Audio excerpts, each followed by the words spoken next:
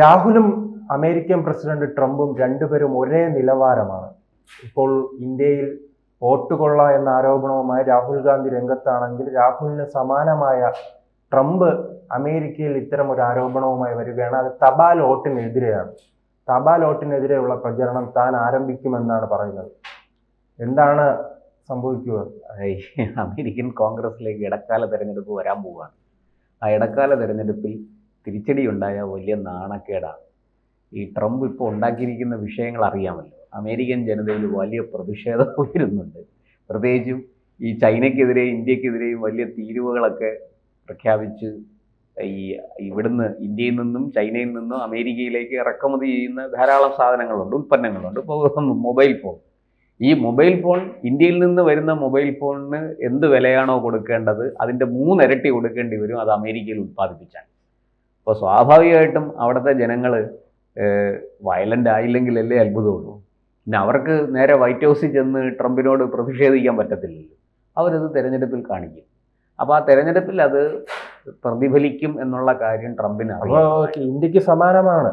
തീർച്ചയായിട്ടും 2014 മുതൽ 24 വരെ തുടർച്ചയായി പരാജയപ്പെട്ടപ്പോൾ ഇവിടെ വോട്ട് കൊള്ളാം. അവിടെ പരാജയം മുൻകൂട്ടി കണ്ട് മനസ്സിലാക്കിയിട്ട് അതിനെ അട്ടിമറിക്കാൻ വേണ്ടിയിട്ട്, അല്ലെങ്കിൽ അതിനെ മറികടക്കാൻ വേണ്ടിയിട്ട് ഈ പരിപാടികളൊക്കെ ആയിട്ട് ട്രംപ് പോകുന്നു.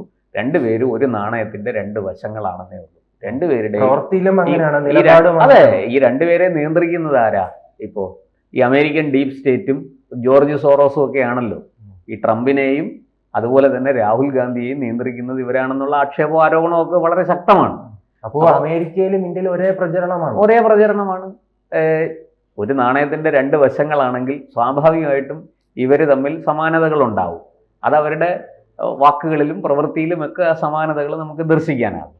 ഇത് അത് തന്നെയാണ് ഈ വരാൻ പോകുന്ന തെരഞ്ഞെടുപ്പിൽ തിരിച്ചടി കിട്ടും എന്ന് ഭയം. പക്ഷേ വേറൊരു കാര്യമുണ്ടല്ലോ, ട്രംപ് രാജ്യത്തിന് അനുകൂലമായി തീവ്രമായ നിലപാടുകൾ എടുക്കും. അത് ശരിയാണ്. പക്ഷേ രാഹുൽ ഗാന്ധി രാജ്യത്തിനെതിരായി തീവ്രമായ നിലപാടുകൾ എടുക്കുന്നു. കാരണം എന്താണെന്ന് വെച്ചാൽ ട്രംപ് അമേരിക്കൻ സിറ്റിസണാണ്. അമേരിക്കയിൽ ജനിച്ചു വളർന്ന ആ മണ്ണിൽ പിറന്നു വീണ് അവിടെ വളർന്ന ആളാണ്. അതുകൊണ്ട് തന്നെ ട്രംപിന് തീർച്ചയായിട്ടും ആ തൻ്റെ മാതൃരാജ്യത്തോടുള്ള സ്വരാജ്യ സ്നേഹം ഉണ്ടാവും. ഈ രാഹുൽ എന്ന് പറയുന്നത് ഇന്ത്യയിൽ ജനിച്ചു എന്നുള്ള കാര്യം സത്യമാണ്. പക്ഷേ അദ്ദേഹത്തിന് ഇന്ത്യൻ പൗരത്വമുണ്ട്. അദ്ദേഹം ജനിക്കുന്ന കാലത്ത് അദ്ദേഹത്തിൻ്റെ അമ്മയ്ക്ക് ഇന്ത്യൻ പൗരത്വം ഉണ്ടായിരുന്നു. അവർക്ക് 1983 ഇന്ത്യൻ പൗരത്വം കിട്ടുന്നത്. അതിനു മുമ്പ് അവർ ഇറ്റാലിയൻ പൗരയായിരുന്നു. അപ്പോൾ ഇറ്റാലിയൻ പൗരയ്ക്ക് ഒരു ഇന്ത്യക്കാരനിൽ ഇന്ത്യയിൽ വെച്ച് ജനിച്ച മകൻ എന്നേ ഉള്ളൂ. രാഹുൽ ഗാന്ധിയുടെ മാതൃരാജ്യം ഇപ്പോഴും സംശയമാണ്. ഇറ്റലിയാണോ ഇന്ത്യയാണോ? ആർക്കും ഉത്തരം പറയാൻ പറ്റാത്ത ഒരു സാഹചര്യം അതിനകത്തുണ്ട്. മാത്രമല്ല രാഹുലിന് വേറെയും പൗരത്വം, വേറെ രാജ്യത്തിൻ്റെ പൗരത്വമുണ്ട് എന്ന് കേൾക്കുന്നു. അത് സംബന്ധിച്ചൊരു ഹർജി കോടതിയിൽ നിൽക്കുന്നു. അതിന്മേൽ അന്വേഷണം നടത്തി റിപ്പോർട്ട് സമർപ്പിക്കാൻ കേന്ദ്ര സർക്കാരിനോട് നിർദ്ദേശിച്ചു കോടതി. കേന്ദ്ര സർക്കാർ അത് അന്വേഷിച്ച് ഏത് രാജ്യത്തിൻ്റെ പൗരത്വമാണോ രാഹുലിനുണ്ട് എന്ന ആരോപണം ഉയർന്നത്, അതിൻ്റെ അടിസ്ഥാനത്തിൽ ആ രാജ്യത്തു നിന്ന് അതിൻ്റെ തെളിവുകളൊക്കെ ശേഖരിച്ച് അവരുടെ വിശദമായ രേഖാമൂലമുള്ള അവരുടെ സത്യവാങ്മൂലം ഉൾപ്പെടെ കോടതിയിൽ സമർപ്പിച്ചിരിക്കുക. അതുകൊണ്ട് രാഹുലിനെ സംബന്ധിച്ച് രാഹുലിന് സ്വരാജ്യ സ്നേഹം ട്രംപിനെ പോലെ ഉണ്ടാവില്ല. അവർ തമ്മിലുള്ള വ്യത്യാസം അത് മാത്രമാണെന്നാണ് എനിക്ക് തോന്നുന്നത്. ഈ നാണയത്തിൽ ഒരു വശം ഹെഡ് ഒരു വശം ടെയിലും ആയിരിക്കുമല്ലോ. അതുപോലെ ട്രംപിന് സ്വരാജ്യ സ്നേഹമുണ്ട്. ഇവിടെ ആ സ്നേഹമുണ്ടോ എന്ന് സംശയമാണ്. ഇതൊക്കെ ഈ പറഞ്ഞതുപോലെ ഒന്ന് നമ്മൾ മനസ്സിലാക്കേണ്ടത്, തോൽവി മാന്യമായിട്ട് അംഗീകരിക്കുക. ഈ തോൽക്കുമ്പം പോലും ഒരു നിശ്ചിത ശതമാനം വോട്ട് നേടിയാണ് തോൽക്കുന്നത്, അല്ലാതെ വട്ടപൂജ്യം ആവുകയല്ല ചെയ്യുന്നത്. തെരഞ്ഞെടുപ്പിൽ മത്സരിച്ചു, ഭൂരിഭാഗം ജനങ്ങളുടെ വിശ്വാസം ആർജിക്കാൻ സാധിച്ചില്ല. ആ വിശ്വാസം ആർജിച്ച കൂട്ടർ ജയിച്ചു. ഇനിയിപ്പോൾ നമുക്ക് എന്ത് ചെയ്യാൻ പറ്റും? ഈ ജനങ്ങളെ മുഴുവനും അതിൻ്റെ പേരിൽ അവരെ ശിക്ഷിക്കാൻ സാധിക്കുമോ? ഞങ്ങൾക്ക് വോട്ട് ചെയ്തില്ല, എനിക്ക് വോട്ട് ചെയ്തില്ല എന്ന് പറഞ്ഞ് ഞാൻ തെരഞ്ഞെടുപ്പിൽ മത്സരിക്കുകയാണ്, എനിക്ക് ജനങ്ങൾ വോട്ട് ചെയ്തില്ല എന്ന് പറഞ്ഞ് വോട്ട് ചെയ്യാത്ത ജനങ്ങളെ നമുക്ക് ശിക്ഷിക്കാൻ സാധിക്കുമോ? അവരെ കുറ്റപ്പെടുത്താൻ പറ്റുമോ? ഞാൻ മുന്നോട്ട് വെച്ച കാര്യങ്ങൾ ജനങ്ങൾ അംഗീകരിച്ചില്ല, അവരെ എനിക്ക് വിശ്വാസത്തിലെടുക്കാൻ പറ്റിയില്ല, എൻ്റെ വിശ്വാസ്യത അവരുടെ മുന്നിൽ എനിക്ക് തെളിയിക്കാൻ സാധിച്ചില്ല. അതുകൊണ്ടാണല്ലോ അവർ എന്നെ വിട്ടിട്ട് മറ്റൊരാളിന് വോട്ട് ചെയ്യുന്നത്. മറ്റേയാൾ കൂടുതൽ വിശ്വാസ്യതയുള്ള ആളാണ് എന്ന് തോന്നിയിട്ടാണ് ജനം വോട്ട് ചെയ്യുന്നത്. അപ്പോൾ ഇവിടെ എൻ്റെ പ്രചാരണം, എൻ്റെ രീതികൾ, എൻ്റെ ശൈലി, ഇതിനൊക്കെ വീഴ്ചയുണ്ട്. ആ വീഴ്ചയ്ക്ക് മറ്റുള്ളവരെ കുറ്റം പറഞ്ഞിട്ടും വോട്ടർമാരെ കുറ്റം പറഞ്ഞിട്ടും കാര്യമുണ്ടോ? വ്യവസ്ഥയെ കുറ്റം പറഞ്ഞിട്ട്, സിസ്റ്റത്തെ കുറ്റം പറഞ്ഞിട്ട് കാര്യമുണ്ടോ? തെരഞ്ഞെടുപ്പ് വോട്ടർ പട്ടികയെയും ഇലക്ട്രോണിക് വോട്ടിംഗ് മെഷീനെയും ഒക്കെ കുറ്റപ്പെടുത്തിയിട്ട് കാര്യമുണ്ടോ? അമേരിക്കയിൽ ട്രംപ് ഇപ്പോൾ ചെയ്യാൻ പോകുന്നതും ഇതൊക്കെ തന്നെയാണ്. തപാൽ വോട്ട് നിരോധിക്കും, അത് നിയന്ത്രിക്കും എന്നൊക്കെയാണ് പറയുന്നത്. ഇതൊക്കെ നടക്കുന്ന കാര്യമാണ്. അമേരിക്കൻ ജനത ഇതൊക്കെ വകവെച്ചു കൊടുക്കുന്നു. ഈ അമേരിക്കൻ പ്രസിഡന്റ് എന്ന് പറഞ്ഞാൽ അത് അമേരിക്കയിൽ എന്തും ചെയ്യാനുള്ള ഒരു സ്വാതന്ത്ര്യം ഉള്ള വ്യക്തി എന്നല്ല അതിൻ്റെ അർത്ഥം. അവിടെയും ഭരണഘടനയുണ്ട്, സിസ്റ്റമുണ്ട്. അതൊക്കെ അനുസരിച്ചേ അവർക്ക് പോകാൻ പറ്റുള്ളൂ. ഇല്ലെങ്കിൽ അവിടെ കോടതിയിൽ ചോദ്യം ചെയ്യപ്പെടും. ഇന്ത്യൻ കോടതിയേക്കാൾ അല്ലെങ്കിൽ ഇന്ത്യൻ കോടതിയെ പോലെ തന്നെ വളരെ ശക്തമായ നിയമ സംവിധാനങ്ങളുള്ള കോടതികളുള്ള ഒരു രാഷ്ട്രമാണ് അമേരിക്ക. ഇന്ത്യൻ കോടതികളിൽ സമയം കൂടുതലെടുക്കും. കാരണം ഇവിടെ ജനസംഖ്യ കൂടുതലുണ്ട്, കേസുകൾ കെട്ടിക്കിടക്കുന്നുണ്ട്, വിചാരണ വളരെ പതുക്കെ നടക്കുകയുള്ളൂ, അങ്ങനെയൊക്കെയുണ്ട്. അമേരിക്കയിൽ അത്രയും ഇതിൻ്റെ നമ്മുടെ അറിയാമല്ലോ അവിടുത്തെ ജനസംഖ്യ എത്രയാണ്. അവിടെ അതൊന്നും ഒരു പ്രശ്നമല്ല. അവിടെ കോടതി വളരെ പെട്ടെന്ന്, പ്രത്യേകിച്ച് ഇത്തരം കേസുകൾ വളരെ പെട്ടെന്ന് പരിഗണിക്കും. ഇന്ത്യൻ കോടതിയിലും അത് വേഗത്തിൽ പരിഗണിക്കുമെങ്കിലും മറ്റതിൻ്റെ അത്രയും സ്പീഡിൽ പോകാൻ നമുക്ക് സാധിക്കില്ല. നമ്മുടെ സംവിധാനം അങ്ങനെയാണ്. നമ്മുടെ രാജ്യത്ത് ജനസംഖ്യ അത്രയുമുണ്ട്, കേസുകളുടെ ബാഹുല്യം അത്രയുമുണ്ട്.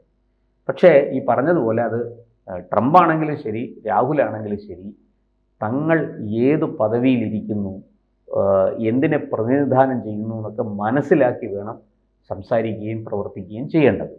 അല്ലെങ്കിൽ ജനം തൂക്കിയെടുത്ത് കോളറെ തൂക്കി വെളിയിൽ കളയും. അതാണ് ഇപ്പോൾ ഈ കോൺഗ്രസ്സിന്, ഇന്ത്യയിൽ കോൺഗ്രസ്സിനും രാഹുലിനും സംഭവിച്ചിരിക്കുന്നതാണ്.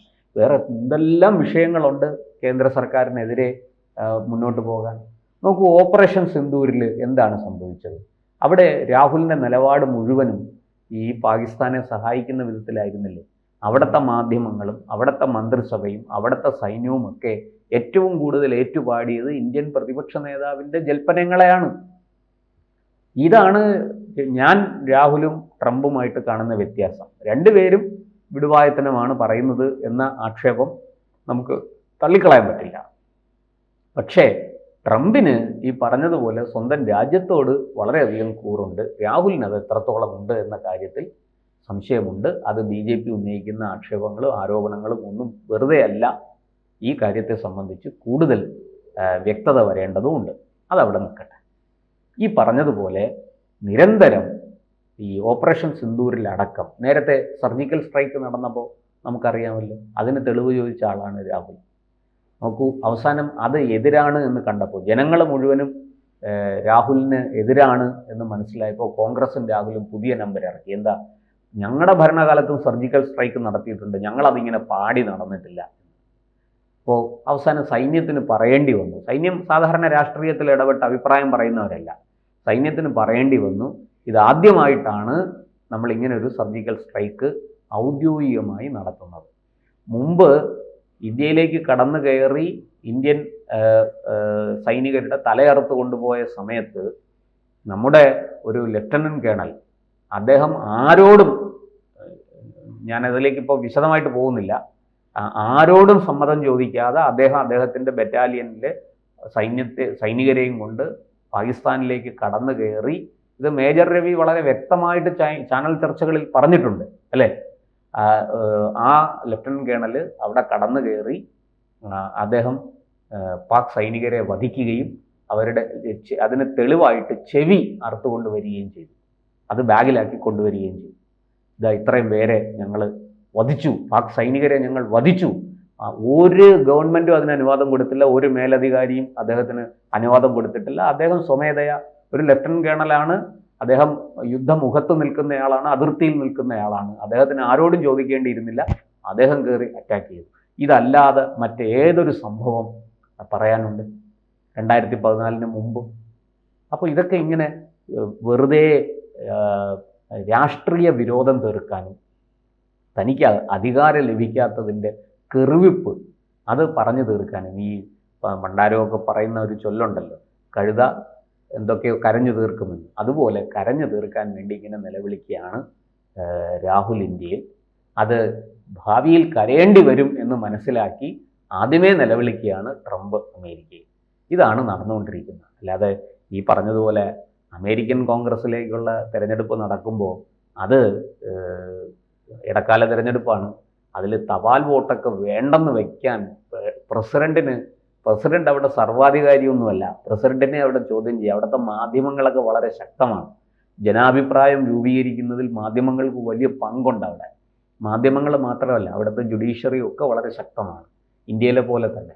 അത് കൃത്യമായിട്ടും അവിടെ പ്രവർത്തിക്കും. അങ്ങനെ അങ്ങ് ട്രംപിന് സ്വന്തം ഇഷ്ടപ്രകാരം ഇതൊന്നും ചെയ്യാൻ സാധിക്കില്ല. പിന്നെ അതിൻ്റേതായ ബുദ്ധിമുട്ടുകളുണ്ട്. അത് നമുക്ക് വരും ദിവസങ്ങളിൽ കാണാം.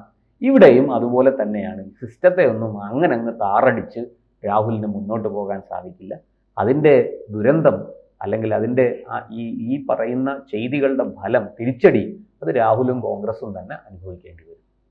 കൂടുതൽ വാർത്തകളും വിശേഷങ്ങളും നിങ്ങളിലേക്ക് എത്താൻ ABC മലയാളം സബ്സ്ക്രൈബ് ചെയ്യുക, ബെൽ ബട്ടണും അമർത്തുക.